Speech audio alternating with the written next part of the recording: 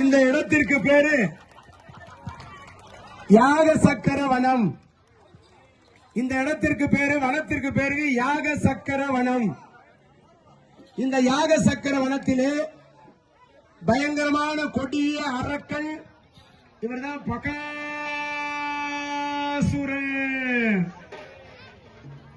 இவர் சாதாரண ஆள் கிடையாது. இவர் என்ன பண்ணுவாரு, நாள்தோறும் முன்னூற்று மங்கலம் ஒரு ஊர், முன்னூற்று மங்கலம் ஒரு ஊரு. அந்த முன்னூற்று மங்கலத்திலே 300 வீதிகள், ஒரு வீதிக்கு 300 வீடு. அதனால அதற்கு முன்னூற்று மங்கலம் பேரு. எல்லாரும் அந்தணர்கள் வாழக்கூடிய ஒரு ஊர் தான் முன்னூற்று மங்கலம். அந்த முன்னூற்று மங்கலத்துக்குள்ளே இவர் நுழைந்தார்னா ஆடு, மாடு, மனிதர்கள், ஆண்கள், பெண்கள், இப்படி குழந்தைகள், இளம் சீரார்கள் அத்தனை பேரையும் கொன்று மென்று தின்று யாரையும் விட்டு வைக்கிறதே கிடையாது. அப்படிப்பட்ட சூராதி சூரன் நானே, வீராதி வீரன் நானே, சூராதி சூரன் நானே, வீராதி வீரன் நானே.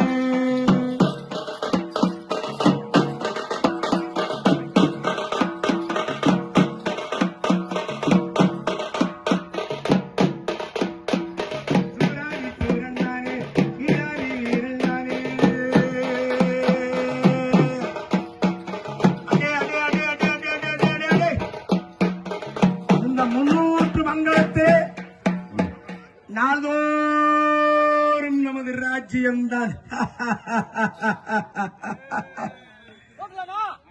ஒரு ஆளையும் நம்ம விட்டு வைக்கிறது கிடையாது. நம் பசிக்கு இரையாக இருக்கக்கூடிய ஊர் அந்த ஊர் முன்னூற்று மங்கலம்.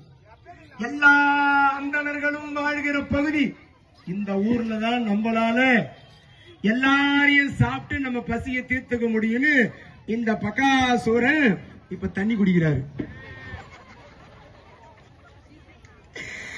அப்படிப்பட்ட ஒரு அரக்கன் இந்த பகாசுரன், கொடிய பயங்கரமான அரக்கன்.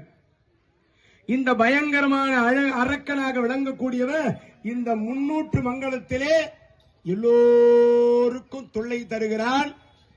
யாராலும் துன்பம் தாங்க முடியவில்லை. அந்தணர்கள்லாம் கண்ணீரோடு இருக்கிறார்கள். அடடா, அட பாவி பகாசுரா, இப்படியெல்லாம் எங்களை கொன்று மென்று தின்று விடுகிறாயே என்று எல்லோரும் பயந்திருக்கிற நேரத்திலே அந்த முன்னூற்று மங்கலத்திலே பாண்டவர்கள் என்று சொல்லும்படியான தருமன், பீமன், அர்ஜுனன், நகுலன், சகாதேவன், குந்தி அம்மையார் அவங்க அந்தர வடிவத்தோடு தங்குறாங்க. எங்கிருந்து? இடும்பாவனத்திலே இருந்து. அந்த இடும்பாவனத்திற்கு முன்பாக அரக்கு மாளிகையிலே இருந்து தப்பித்து வந்தவர்கள் பாண்டவர்கள். அரக்கு மாளிகையில இருந்து தப்பித்து இடும்பாவனம்.